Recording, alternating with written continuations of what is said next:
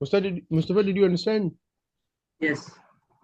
The bonding in a hydrogen molecule is strong, and we know that when it is a molecule, it means they are talking about the covalent bonds. Yes.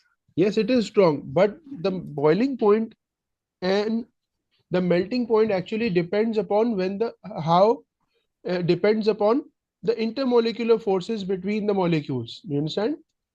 Yes. It depends upon the intermolecular forces. When you heat, this is what you're going to do in boiling. When you're going to give this, when you're going to heat them, they gain enough kinetic energy that they overcome the attractive intermolecular attractive forces that was present between them. Okay? It has nothing to do with the covalent bond. You understand? Yes.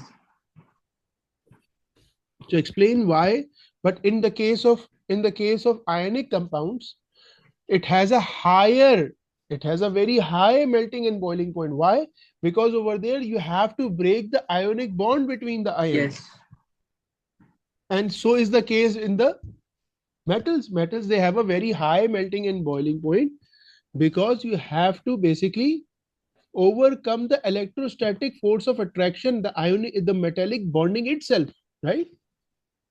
And in Yes. ionic compound you have to overcome the ionic bonding itself. So it takes a lot of, if you had to overcome the covalent bond that is between the hydrogen atoms, the energy would have been very high. But here you do not actually overcome the covalent bond. You actually give enough energy to these molecules, enough kinetic energy to these molecules, that they overcome the intermolecular attractive forces, which are weak van der Waals forces, right? They are weak Yes. forces as compared to the covalent bonds. Is that clear? Yes. Okay, let's look ahead. Explain how the two atoms in chlorine molecule are held together. Two atoms की बात हो रही है यहाँ पे, molecules की बात नहीं हो रही है. The two atoms in a chlorine molecule. This is one chlorine molecule. This is another chlorine molecule. How are they held together? They are held together by sharing electrons, right? Electrons. Yes. So this is the covalent bond that is there, right? You Yes. understand? Explain how the two atoms in the chlorine molecule. It's not talking about how the molecules are interacting.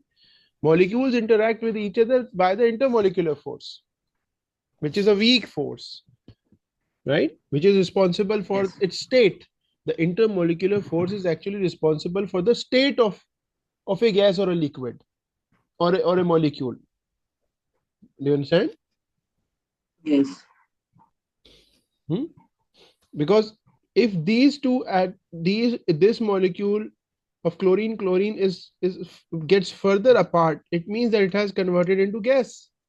But if they are loosely packed and around each other, it means it is in the form of liquid, right?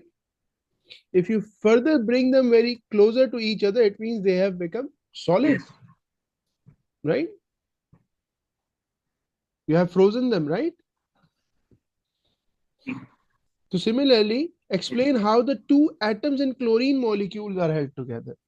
The two atoms in a chlorine molecule are held together by the covalent bond, which is what? Explain. Yes. Explain. What does explain Sharing of mean? electrons. Explain means how and why. You have to tell how and why. Explain means how or why. Describe means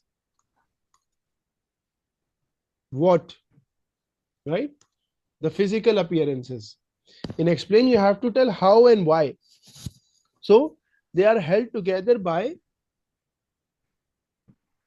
the attractive By forces this of the covalent bond. nuclei and the shared pair of electrons, right? They are held G. together due to the attractive forces